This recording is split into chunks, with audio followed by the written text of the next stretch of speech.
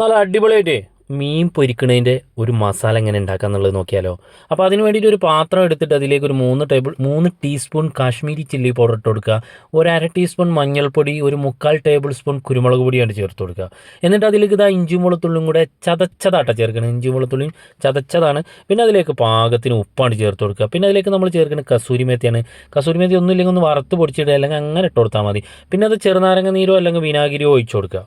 എന്നിട്ട് ഇതെല്ലാം കൂടെ ഒന്നുണ്ട് യോജിപ്പിച്ചതിന് ശേഷം പാകത്തിന് വെള്ളം കൂടെ ചേർത്തിട്ട് ഇതാ ഈ ഒരു പരുവത്തിലാക്കി എടുത്താൽ മതിട്ടോ, പേസ്റ്റ് പരുവത്തിൽ. എന്നിട്ട് കഴുകി വൃത്തിയാക്കിയ മീനെടുത്തിട്ട് അയക്കാണ്ട് ഇട്ട് കൊടുക്കുക. വലിയ മീനൊക്കെയാണ് കയ്യിൽ മസാല എടുത്ത ടൈം അങ്ങനെ തേച്ച് കൊടുത്താൽ മതിയിട്ട്. എന്നിട്ട് മീനൊക്കെ മസാല മൊത്തമായിട്ട് പുരട്ടിയതിന് ശേഷം ഒരു അരമണിക്കൂറോടെ വെച്ചതിന് ശേഷം ഒരു പാൻ എടുക്കുക. അതിലേക്ക് നല്ല ശുദ്ധമായ വെളിച്ചെണ്ണ ഒഴിച്ച് കൊടുക്കുക. ആ വെളിച്ചെണ്ണ ചെറുതായിട്ട് ചൂടായി വരുമ്പോൾ അതിൻ്റെ മേലെ കൂടി കറിവേപ്പിലാണ്ട് വാരി വിതറി കൊടുക്കുക. എന്നിട്ട് നമ്മൾ മസാല തേച്ച് റെഡിയാക്കി വെച്ച മീനെടുത്തിട്ട് ഓരോന്നായിട്ട് അതിൻ്റെ മേലെ കൂടി അങ്ങനെ അങ്ങോട്ട് പരത്തി വെച്ച് കൊടുക്കുക. ഒരു ഭാഗം കൊണ്ട് ഫ്രൈ ആയിട്ട് വരുമ്പോൾ നമ്മൾ ഒന്ന് അപ്പുറം കൂടെ ഒന്ന് വേവാൻ വേണ്ടിയിട്ട് മറുഭാഗം ഒന്ന് മറിച്ചിട്ട് കൊടുക്കുക. ഓവറായിട്ട് ഫ്രൈ ആവരുത് കേട്ടോ. അപ്പോൾ അത് പാകത്തിന് വെന്തതിന് ശേഷം ആ പാനിൽ നിന്നൊക്കെ അങ്ങോട്ട് കോരി മാറ്റി വെക്കുക, കഴിക്കുക.